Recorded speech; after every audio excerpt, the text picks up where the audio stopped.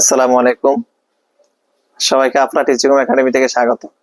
আজকে আমরা সপ্তম শ্রেণীর বীজগণিতের সরল সমীকরণ অনুশীলনী 7.2 এর 3 নম্বর অঙ্কটি করব। দেখো বলছে যে কোন সংখ্যার 1/3 কোন সংখ্যার 1/3 4 এর সমান হবে। তাইলে আমরা লিখব কোন সংখ্যা, যেহেতু বলছে আমরা জানি না সংখ্যাটি কত, তাহলে আমরা লিখব সমাধান 3 নাম্বার। মনে করি, তুমি ধরি লিখতে পারো, মনে করি সংখ্যাটি এক্স, আমি এক্স ধরলাম।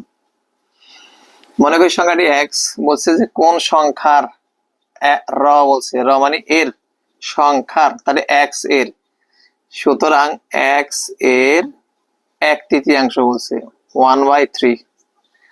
বলছে কোন সংখ্যার কোন সংখ্যার 1/3 4 এর সমান হবে। তো এটাকে যদি আমরা করি, এক্স টা উপরের সংখ্যা, এক্স কে 1 দ্বারা গুণ করলে এক্স ভাগ 3 এত। এখানে দেখো বলছে 4 এর সমান হবে, তাহলে প্রশ্ন মতে লিখবো আমরা, প্রশ্ন মতে এক্স ভাগ 3 সমান 4 লিখবো। বলছে যে কোন সংখ্যার 1/3 4 এর সমান।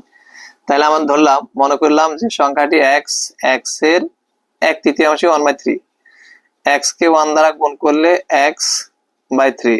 বলছে এইটা সমান 4 এর সমান হবে, তো সমান 4, বা এটার নিচে কিছু না, মানে একটা 1 আছে, এক্স কে 1 দ্বারা গুণ করলে এক্স সমান, এটা 3 × 12 কোনা কোনা গুণ, 3 × 12 অর্থাৎ আর গুণন, এটাকে আর গুণন বা কোনা কোনা গুণও বলা হয়। এখানে লিখে দিতে পারো আর গুণন করে অথবা বর্জ্য গুণন করে, আর গুণন অথবা বর্জ্য গুণন করে অথবা কোনা কোনা গুণ, যে যে নামে বলো, কোনো সমস্যা নেই। কি করলাম, এই 4 এর নিচে কিছু নামে একটা 1 আছে, x কে 1 দ্বারা গুণ করলে x, 3 কে 4 দ্বারা গুণ করলে 3 × 12, সুতরাং x সমান 12। বলছে যে কোন সংখ্যার 1/3 4 এর সমান, তাহলে 12 কে যদি 3 বার করো 1/3 মানে, আমি একটু মিলেছি, দেখো 1/3 বলছে, তাহলে 12 কে যদি 3 ভাগ করো কত আসে, 4, ওই 4 এর সমান আসে।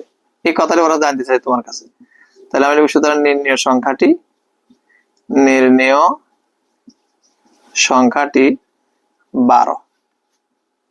এটা হবে আমাদের 3 নাম্বার প্রশ্নের জন্য উত্তর। আজকে পর্যন্ত, অন্যদিন অন্য কোনো অঙ্ক নিয়ে হাজির হবো, ততক্ষণ ভালো থাকো।